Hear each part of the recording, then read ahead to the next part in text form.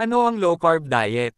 Ang low-carb diet ay isang paraan ng pagkain kung saan binabawasan mo ang pagkain ng carbohydrates gaya ng kanin, tinapay, pasta, matatamis cake, soft drinks, candy, starchy vegetables, patatas, mais, saba.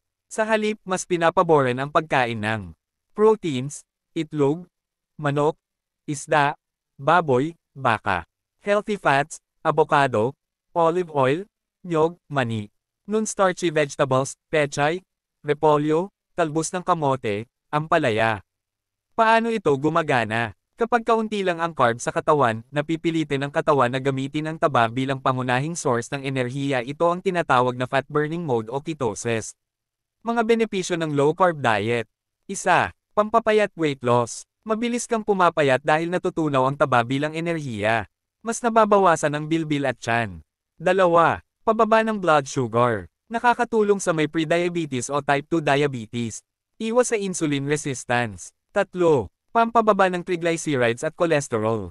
Pinapababa nito ang bad cholesterol, LDL, at nagpapataas ng good cholesterol, HDL. 4. Mas energetic at walang brain fog. Mas malinaw mag-isip dahil sa stable na blood sugar. Di ka agad nagugutom, kaya mas productive. 5. Pampababa ng high blood pressure. Nakakatulong sa mga may hypertension o mataas na BP. 6. Pwedeng makatulong sa fatty liver.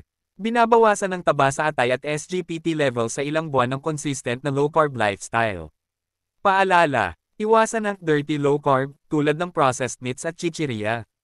Kumonsulta muna sa doktor kung may iniinom kang maintenance medicine o may kondisyon tulad ng diabetes, fatty liver, o kidney issues. Ang Health is Wealth ay hatid sa inyo ng Gertrude's 12-in-1 Herbal Capsule at Gertrude's Corn Tea.